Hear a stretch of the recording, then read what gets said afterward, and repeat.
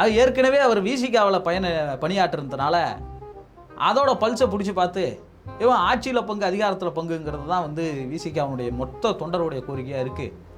இதை கொண்டுட்டு போய் நாம் அண்ணங்கிட்ட இந்த ப்ராஜெக்டை கொடுத்தோம்னா விசிகா உட்பட எல்லா கட்சிகளும் வந்துடுவாங்க அப்படின்னு அவர் நினச்சார்.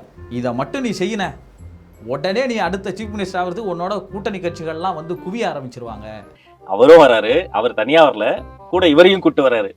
நீங்க எதிருமே தேர்தலில் நிரூபிக்கலையே. ஏற்கனவே விஜய் அவர்களை விடவும் பெரிய வாக்கு வங்கியை காட்டின, பெரிய கூட்டத்தை காட்டின தேமுதிகவுடைய வாக்கு வங்கியே 8% அல்லது 10% தான். இப்போ நிலையான 25% வாக்கு வங்கி வச்சிருக்கிற கட்சிகளை நம்புவாங்களா அல்லது 10% 16% நம்பி போவாங்களா? அப்படித்தான் விஜய் அவர்களோடது. இடைத்தேர்தல் வந்தது, ஈரோடு இடைத்தேர்தல் வந்தது, விக்கிரவாண்டி தேர்தல் வந்தது, நாடாளுமன்ற தேர்தல் வந்தது. எதுலையாவது நின்று நிரூபிச்சிருந்தா அந்த கோரிக்கையை ஏற்றுக்கிட்டு போயிருக்கலாம். ஆனால் அப்படி ஒரு சூழலே இல்லாத போது விஜயை நம்பி போகிறதுக்கு யாரும் தயாராக இல்லை.